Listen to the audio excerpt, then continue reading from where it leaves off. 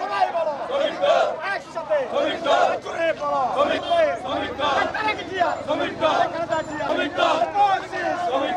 সবাই বলো একসাথে আওয়াজ তুলো একসাথে আওয়াজ তুলো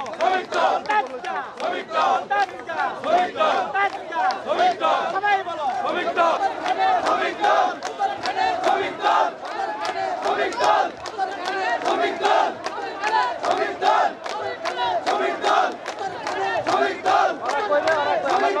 বিএনপি তারেক রহমানের নেতৃত্বে এই ঢাকা শহরে যে ময়লা আবর্জনা হচ্ছে এবং এই খাল বরডের কারণে যে দুর্গন্ধ ছড়াচ্ছে, এই খাল খননের কাজে আমাদের মির্জা ফখরুল ইসলামকে আরোগ্যকে বলেছেন এবং আমরা শ্রমিক দল ঢাকা মহানগর উত্তরের সবাই মিলে মিশে এই খাল কীভাবে খনন করা যায় এই বিষয়ে আজকের এই প্রোগ্রাম। আমরা এই ঢাকা শহরের প্রত্যেকটি খাল উন্মুক্ত করবে এবং বিএনপির নেতৃত্বে যদি তারেক রহমানের যে প্রধানমন্ত্রী হয় অবশ্যই ঢাকা শহরের খাল মুক্ত করবে এবং খালগুলোকে দল করে রাখছে এগুলাকে মুক্ত করে দেবে ইনশাল্লাহ।